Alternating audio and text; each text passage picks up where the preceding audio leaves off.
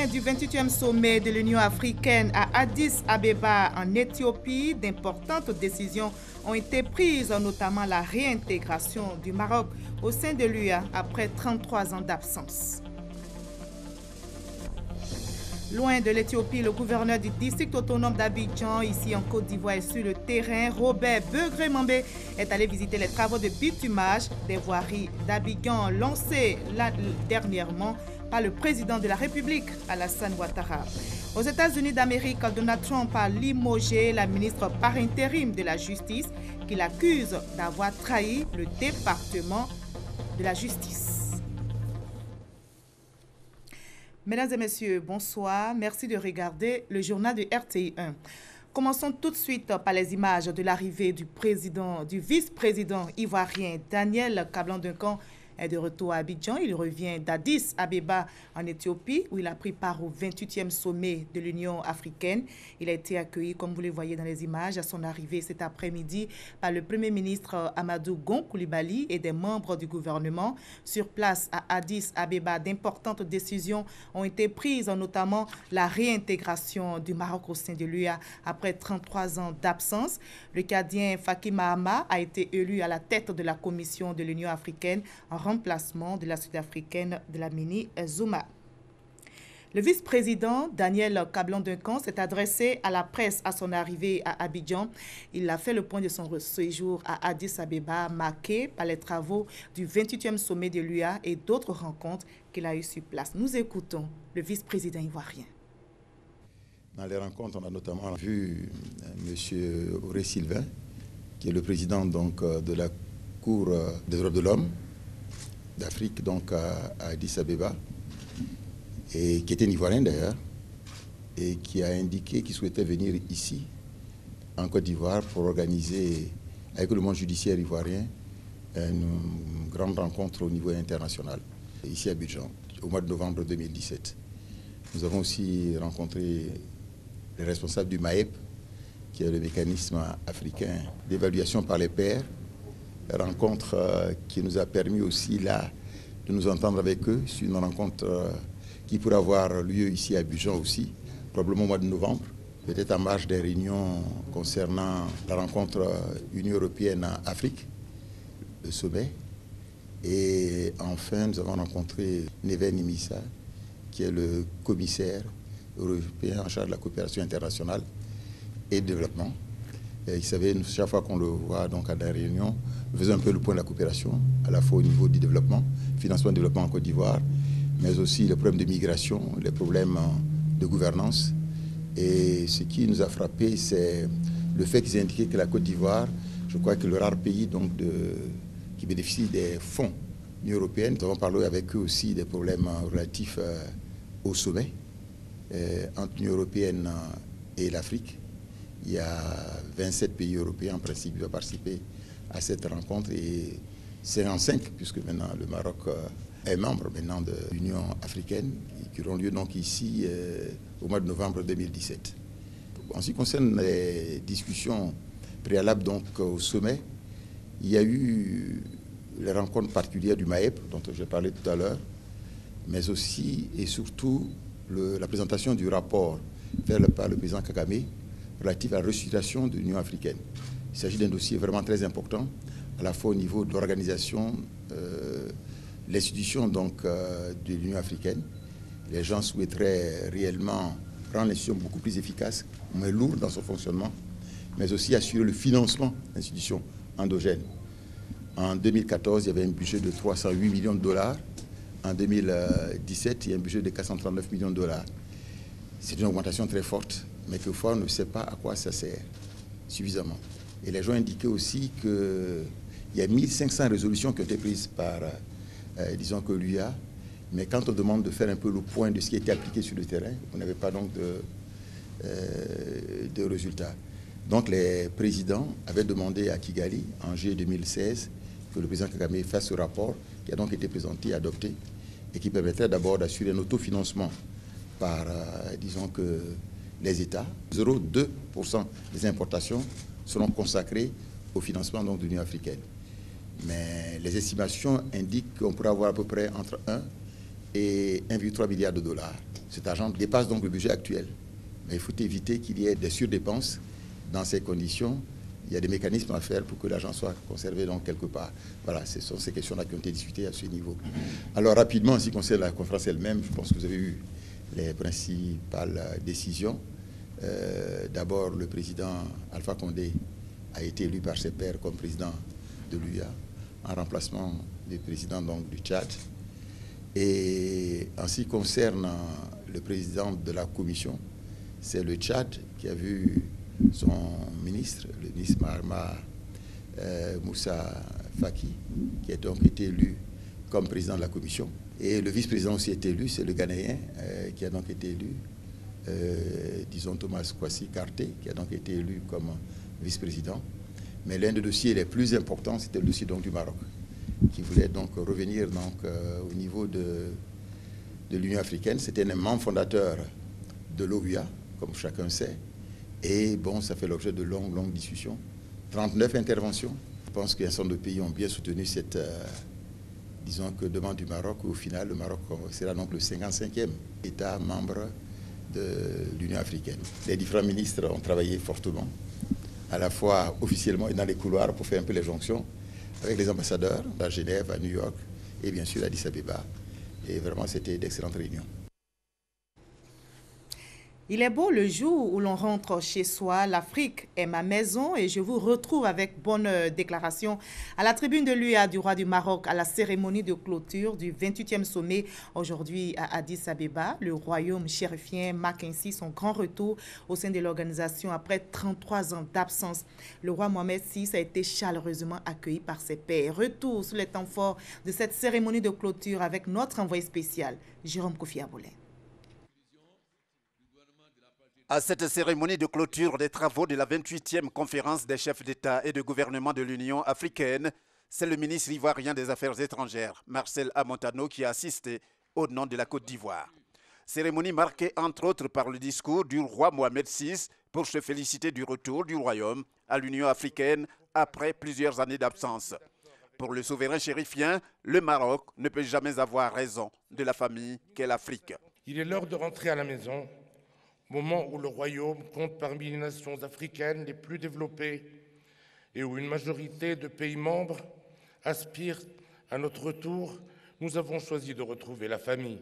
Comme le président ghanéen Nana Akufo-Addo, qui a pris la parole pour des remerciements, et sa prédécesseur Dlamini Zuma, le nouveau président de la Commission de l'Union africaine, Moussa Faki Mahamat, après avoir prêté serment avec son vice-président et les commissaires, a salué ce retour du Maroc au sein de l'Union. Puis, promettant de placer son mandat sous le signe de l'action, il a demandé le concours de tous pour en assurer la réussite.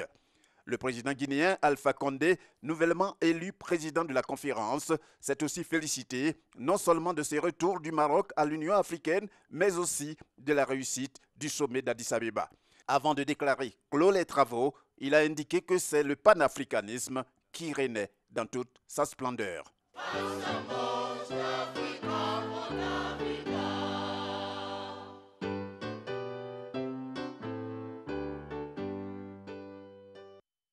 Voilà, comme vous le savez, le président guinéen Alpha Condé est le nouveau président de l'Union africaine. Il a été désigné par ses pairs pour présider aux destinées de l'organisation. L'UA a enregistré d'autres changements au niveau des instances dirigeantes, des changements bien accueillis par les membres. La représentante de l'UA en Côte d'Ivoire salue notamment la réintégration du Maroc au sein de l'UA. Les explications détaillées de Sidonie Davila. Le programme du 28e sommet de l'UA qui s'est déroulé à Addis Abeba en Éthiopie les 30 et 31 janvier laisse augurer un vent de changement. La représentante spéciale de la présidente de l'UA en Côte d'Ivoire, après avoir suivi de très près ce sommet important pour le continent, n'a pas caché sa joie pour ce vent nouveau qui souffle sur l'Afrique. Les points qui nous ont donné satisfaction, d'abord, c'est qu'il y a eu élection. Toutes les questions qui étaient prévues à l'ordre du jour ont été abordées, examinées. Le retour du Maroc, il y a des nouveaux dirigeants à la tête de l'organisation et les impressions sont bonnes. Nous sommes très content de ce sommet. Après un tel sommet, l'Union africaine fait face à un large éventail de défis. La représentante spéciale de la présidente de l'UE en Côte d'Ivoire pense qu'il est temps que ces nouveaux dirigeants se penchent sur les attentes des populations africaines, y compris celles de la Côte d'Ivoire. Leurs attentes portent sur le développement du continent. Vous savez que l'Afrique est un continent où règne la pauvreté. Il y a aussi la question de la paix et de la sécurité. Il y a énormément de problèmes d'éducation. La promotion de l'égalité des sexes sur le continent africain pose toujours des problèmes comme partout ailleurs. Pour relever tous ces défis, il faut des moyens. Les financements, justement, posent problème. C'est l'occasion de dire que la Côte d'Ivoire est parmi les pays qui ont augmenté leurs cotisations à l'Union africaine.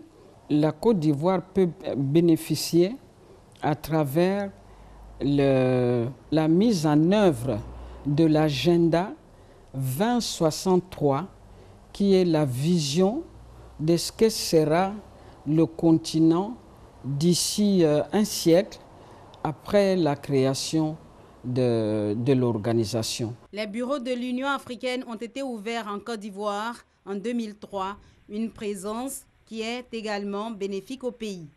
Au terme de ce sommet, la représentante spéciale de la présidente de l'UE en Côte d'Ivoire veut encourager, voire sensibiliser les nouveaux dirigeants à œuvrer pour imprimer un nouvel élan en Afrique. Il s'agit de favoriser un partenariat gagnant-gagnant entre des organisations et des bailleurs de fonds intéressés par le continent africain. Et la Côte d'Ivoire, membre de l'Union africaine, a reçu la visite du président du Comité économique et social de l'Union européenne. Son institution envisage de renforcer sa coopération avec l'État ivoirien dans certains domaines d'activité. Au cours de son séjour, le président du Comité économique et social de l'Union a visité le district autonome de Yamoussoukro et l'Institut polytechnique Félix Houphouët-Boigny. On en sait plus avec Charles Tatou de RTI Boaké. En visite d'amitié et de travail en Côte d'Ivoire, le président du Comité économique et social de l'Union européenne, Georges Dassis, et son épouse, après Abidjan, se sont rendus à Yamoussoukro. En compagnie du président du Conseil économique et social de Côte d'Ivoire et de quelques conseillers en charge des affaires environnementales, Georges Dassis et sa délégation ont été accueillis par les autorités administratives et politiques. Échange avec la chefferie traditionnelle à Pouet, visite du district autonome de Yamoussoukro et de l'INPHB ont marqué son séjour dans la capitale politique et administrative. À travers cette image, faire savoir au Conseil économique et social européen que nous avons besoin de renforcer aussi la coopération entre l'Europe et la Côte d'Ivoire, d'où la présence aussi de son Excellence ambassadeur Valette. Vous voyez plusieurs objectifs visés et donc nous espérons qu'ils seront tenus. Je suis ébloui par tout ce qui se fait et je crois que ce pays va plutôt bien et j'espère que ce pays ira bien pour l'ensemble de la population qui y vit. Que les décideurs de l'Union européenne tiennent compte très sérieusement de la nécessité de développer davantage la coopération avec les pays africains et particulièrement avec la Côte d'Ivoire. Le président du Comité économique et social de l'Union européenne a mis fin à sa tournée touristique par une visite guidée de la basilique Notre-Dame de la Paix. Le gouverneur du district autonome d'Abidjan est aussi sur le terrain. Robert Begré-Mambé est allé visiter les travaux de bitumage des voiries d'Abidjan, lancés dernièrement par le président de la République dans la commune d'Abobo. 70 milliards de francs CFA, c'est le montant décaissé pour la réfection de ces voiries, nous explique Grace Kanto. PK18, Carrefour Diallo et quartier Agüeto dans la commune d'Abobo. Sur ces sites, des travaux pour l'amélioration de la voirie sont effectués. Pour s'imprégner de l'état d'avancement des chantiers, le gouverneur du district d'Abidjan, Begré-Mambé, effectue une visite de terrain. Nous avons constaté que les travaux ont démarré dans d'excellentes conditions et que les techniciens sont en nombre suffisant. Et nous avons ici au moins 4 intervenants. Il y a la commune d'Abobo avec ses techniciens et ses dirigeants. Il y a le BNET comme structure d'encadrement technique. Il y a l'entreprise PFO qui réalise les travaux sur le terrain. Et il y a surtout les laboratoires qui sont ici présents pour contrôler qu'à chaque phase de réalisation, les travaux finis respectent les normes. L'état des routes de PK18 et du quartier Agweto cause d'énormes difficultés aux riverains. L'initiative pour la réfection des voiries est donc saluée. Je suis vraiment content pour les routes que le président est en train de faire pour nous. Pour avoir accès à l'école, c'était tout un problème. Et la seule grande asse qui est par le bas, là, une fois qu'elle est bouchée, on ne peut plus encore rentrer. Donc il y avait plein d'embouteillages. Bon, maintenant, avec cette nouvelle voie-là, il y a encore des nouvelles déviations. Donc ça serait bien pour le quartier. La commune d'Abobo bénéficie de 17,5 km de bitume. D'autres communes du district d'Abidjan auront aussi un nouveau visage en matière de voirie. Il y a la commune de Koumassi, où nous avons près de 14 km aussi, et pour plus de 8 milliards et demi de travaux. Et nous aurons à Yopougon des réparations de voies pour que la qualité des travaux qui avaient été réalisés à l'époque soit préservée et qu'on offre à la commune de Yopougon des conditions de circulation beaucoup plus agréables. La fin des travaux du carrefour Diallo et du quartier Agweto est prévue pour fin mars. Je vous livre à présent ce communiqué qui vient de nous parvenir. Il émane du ministère de l'Éducation nationale, de l'enseignement technique et de la formation professionnelle. Depuis la levée du mot d'ordre de grève des syndicats de la fonction publique, des individus envoient des SMS aux enseignants attestant que les cours du mercredi matin sont suspendus.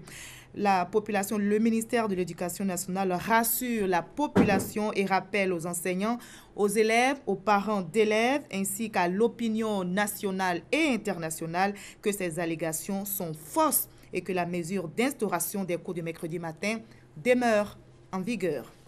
On passe maintenant au 8e jeu de la francophonie. Le comité d'organisation s'active pour les préparatifs. L'espace Canal au Bois à Trècheville, cet espace va se préparer à accueillir les festivaliers. L'espace a désormais un nouveau visage et il fait la fierté des riverains. Le Canal au Bois est source d'emploi, de sécurité et de bonnes affaires. Les explications d'Issa Tchonayeo. Il est 10h30 ce mardi quand notre équipe de reportage longe les environs de l'espace Canal au Bois, situé à Gbatanikro dans la commune de Trècheville, un quartier qui a vu naître des célèbres artistes zouglous, dont Petit Denis, Yodo et Siro, sur Choc pour ne citer que cela. À la faveur donc des 8e Jeux de la francophonie, prévus au mois de juillet prochain, l'espace a changé de physionomie, à la grande satisfaction des populations. Ce lieu était un lieu impropre. La population n'avait pas vraiment une sécurité totale. Et aujourd'hui, nous voyons le développement de ce secteur qui nous permet aujourd'hui de dormir tranquille à la maison. On remercie le président de la République pour qu'il continue. Message bien reçu par le ministre auprès du président de la République en charge de l'organisation des 8e Jeux de la francophonie. Robert Begremambé qui s'engage à faire de cet espace un lieu artistique dédié à la célébration de la solidarité, de la diversité et de l'excellence. Des équipes en moyenne de 30 personnes jouent, travaillent sans relâche, une opportunité d'emploi pour les riverains. Depuis on est ici, il n'y avait pas de travail, mais depuis que ce chantier a commencé, on est rentré ici. Chaque jour que Dieu fait, il y a travail. Ce chantier nous a permis vraiment de nourrir nos familles. Ça diminue au moins le chômage dans le quartier. Les restaurateurs et autres commerçants se frottent également les mains. Francophonie, c'est bon. Parce qu'avant, là, on vend au moins 2 sacs. Maintenant, ils vendent 4 sacs par jour. C'est bien parce que les gens vont venir s'amuser ici pour que nos enfants aussi, ils vont prendre les examens aussi. À 5 mois des Jeux de la francophonie, l'impact économique, social et sécuritaire de l'espace se fait déjà sentir, pourvu que les Ivoiriens en général et la population de Gbatanikro puissent en faire un bon usage. Et les participants des 8e Jeux de la francophonie auront l'occasion de découvrir les atouts touristiques de la Côte d'Ivoire. Le ministre du Tourisme, Siandou Fofana, est sur le terrain. Il a visité hier les nouveaux réceptifs hôteliers de la ville d'Abidjan, 2 hôtels de 3 et 4 étoiles d'une capacité de plus de 300 chambres. Coût d'investissement, plus de 30 milliards de francs CFA. Patricia Mouetia. Le poids économique du secteur hôtelier en Côte d'Ivoire est considérable en termes de chiffre d'affaires et d'emploi. Avec 5 millions de lits, la Côte d'Ivoire est en train de composer son parc d'hébergement hôtelier. Pour ce marché qui devient plus mature et dynamique, le ministre du Tourisme a visité 2 nouvelles infrastructures hôtelières de 3 et 4 étoiles. Sinotel au Plateau, qui est en état d'achèvement, et Azalaï Hotel à Marcory en ouverture expérimentale. Avec un coût global d'investissement de plus de 36 milliards de francs CFA, pour ces 2 groupes hôteliers, c'est environ 200 emplois directs. On se donnera un rendez-vous pour développer une nouvelle vision, pour faire de ce secteur, parlant de l'industrie touristique, une véritable industrie qui a sa place dans le développement de la Côte d'Ivoire et qui, nul doute, fera paraître d'elle-même parce qu'elle contribuera significativement à améliorer les indicateurs économiques de notre pays. Pour les opérateurs du secteur, ces infrastructures visent à renforcer l'image de marque de la Côte d'Ivoire. Nous allons bientôt, dans quelques jours, mettre sur le marché notre plus gros porteur, donc l'hôtel qui a la plus grosse capacité dans notre chaîne hôtelière. Donc nous allons avoir 202 chambres. Nous sommes très fiers et très heureux d'avoir réalisé cet important investissement ici en Côte d'Ivoire.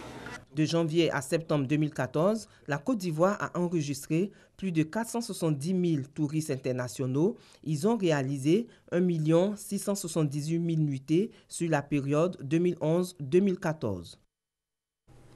Au chapitre défense de cette édition, les nouveaux chefs de l'état-major de l'armée et de l'air ont pris officiellement en fonction. Le général Kwame Ndri Julien de l'armée de terre et le colonel-major Nguessan Kofi Alfred de l'armée de l'air ont été installés aujourd'hui en présence du chef d'état-major général des armées, Touré Seko. Le reportage d'Abou Sanogo. Officiers, sous-officiers, militaires du rang de l'armée de terre, de par le président de la République, chef suprême des armées, vous reconnaîtrez désormais pour chef le général de brigade Kwame Ndri Julien, ici présent, et vous lui obéirez en tout ce qu'il vous commandera, pour le bien du service, l'exécution des règlements militaires, l'observation des lois et le succès des armes de la Côte d'Ivoire. C'est en ces mots que le général de division Touré Sekou a procédé au transfert de commandement à l'armée de terre entre le général de brigade Soumaoro Gaoussou et le général de brigade Kwame Ndri Julien. Ce dernier s'est vu confier le drapeau de l'armée dont il assurera la garde tout au long de sa période de commandement. À cette occasion, le nouveau chef d'état-major de l'armée de terre, le général de brigade Kwame Ndri Julien, a tenu à remercier particulièrement la hiérarchie militaire pour la confiance placée en lui. Il a tenu à affirmer son engagement à emboîter le pas à ses devanciers. Même son de cloche à l'état-major de l'armée de l'air, où le colonel-major Nguessan Kofi Alfred a pris le commandement, remplaçant le général de brigade aérienne, Jean-Jacques René Ognien, admis à faire valoir ses droits à la retraite depuis le 31 décembre 2016, il a rappelé les missions qui lui sont assignées, à savoir participer à la sécurité et à la défense nationale. Un défilé à pied des troupes a mis fin aux 2 cérémonies. Pour rappel, la prise de commandement consacre l'effectivité de la prise de service du chef militaire, la symbolique de la garde du drapeau et l'engagement de ce chef à porter et maintenir haut le flambeau comme l'ont fait ses devanciers et perpétueront ses successeurs.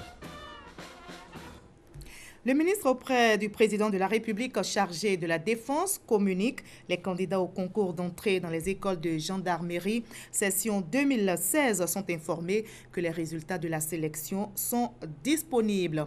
La rentrée dans les écoles de gendarmerie d'Abidjan et de Torogwe est prévue pour le lundi 6 février 2017 à partir de 8 h. Dans l'actualité judiciaire à présent, le procès qui devrait durer 2 à 3 semaines a été finalement reporté au 21 février prochain. C'est le procès des disparus du Novotel lors de la crise post-électorale. 10 personnes, dont 8 militaires, devraient comparaître à partir d'aujourd'hui même devant la cour d'assises d'Abidjan pour l'enlèvement et l'assassinat de 4 hommes, dont 2 Français. Motif du report selon la cour, l'absence des 5 accusés et de leurs avocats à l'ouverture des débats. Alexis Ouedraogo. Aux heures chaudes de la crise post-électorale en Côte d'Ivoire, 4 hommes logés au Novotel d'Abidjan sont enlevés par un commando militaire le 4 avril 2011. Le directeur de l'hôtel Novotel d'Abidjan, Stéphane France-Diripel, Yves Lamblin, directeur général de la CIFCA, son assistant béninois Raoul Adéossi et le Malaisien Shelia Pondia, directeur général de Sanya, filiale de CIFCA.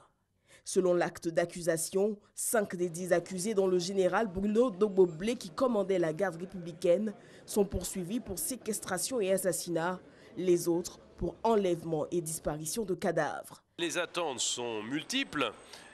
D'abord, savoir qui a donné les ordres. Ensuite, rechercher le mobile du crime, des crimes. Enfin, comprendre comment se sont déroulés les derniers instants avant la mort. Et puis, où les cadavres ont-ils été jetés, probablement dans la lagune. En tout cas, la famille de Stéphane France-Diripel veut savoir. Le procès devrait durer 2 à 3 semaines, mais voilà, ce mardi, il a été reporté au 21 février. Motif évoqué, l'absence de 5 accusés et leur avocat à l'ouverture du procès. La Cour, après en avoir délibéré, a donc décidé de renvoyer l'affaire, évoquant des difficultés sérieuses. Un point que partage la défense. Que ce procès puisse aboutir ou déboucher sur la manifestation de la vérité. Que nous puissions tous savoir ce qui est véritablement arrivé aux otages du Novotel. Les avocats des familles des victimes, eux, plaident que l'affaire soit jugée au plus vite pour le respect des familles. La Commission nationale des droits de l'homme de Côte d'Ivoire a organisé hier une journée dédiée au dialogue interuniversitaire sur la liberté d'expression autour du thème « Quelle liberté d'expression en milieu universitaire ?» La rencontre a réuni les acteurs des associations d'étudiants, les syndicats d'enseignants des différentes universités, les défenseurs des droits de l'homme. Ils ont dressé l'état des lieux des franchises universitaires. Au thème des travaux, plusieurs propositions ont été faites, dont la mise en place d'une loi consacrant la liberté académique et les franchises universitaires, ainsi que la mise en place d'un comité de veille. Les planteurs de caoutchouc naturel ont mis en place aujourd'hui même le collectif de l'Organisation professionnelle agricole des producteurs de la filière EVA. Cette plateforme est motivée par la nécessité de se regrouper en vue de la création du collège des planteurs d'EVA. Dans le cadre de la réforme de la filière EVA, le gouvernement a demandé la mise en place de 3 collèges afin de créer l'interprofession. Les collèges des usiniers et des producteurs de matériel végétal sont prêts. Seul celui des producteurs manque à l'appel. Ce collectif des organisations professionnelles agricoles des producteurs de la filière EVA envisage de rattraper son retard. Nous voulons être ensemble pour préparer cette mise en place des collèges planteurs d'EVA, voire l'interprofession agricole et palmier à huile. Au-delà des difficultés organisationnelles auxquelles font face les planteurs, le caoutchouc est confronté à une irrégularité du marché, ce qui pénalise les planteurs. Le président Michel Koblavi-Dibi entend donc contribuer à rendre robuste la filière en termes de gouvernance. Il s'agit au final de créer les conditions pour une meilleure révalorisation du latex. Avec l'autorité de régulation, regarder comment structurer les coûts d'achat de l'EVA en Côte d'Ivoire. C'est aussi de voir comment avec l'État, nous pouvons mettre en place une autorité de régulation efficiente et qui répond à tous les besoins des parties prenantes dans cette filière agricole. La filière ivoirienne de l'EVA, selon les chiffres de 2015, pèse 380 000 tonnes de caoutchouc sec produit par plus de 140 000 planteurs. À ce jour, le kilogramme de latex se négocie à 416 francs CFA Borchamp. Reportage réalisé par Lanciné Bakayoko et Serge Koléa. Le ministère de la Communication, de l'Économie numérique et de la Poste informe les journalistes correspondants de la presse internationale en Côte d'Ivoire que le renouvellement des cartes d'accréditation au titre de l'année 2017 a débuté aujourd'hui et prendra fin le vendredi 31 mars 2017.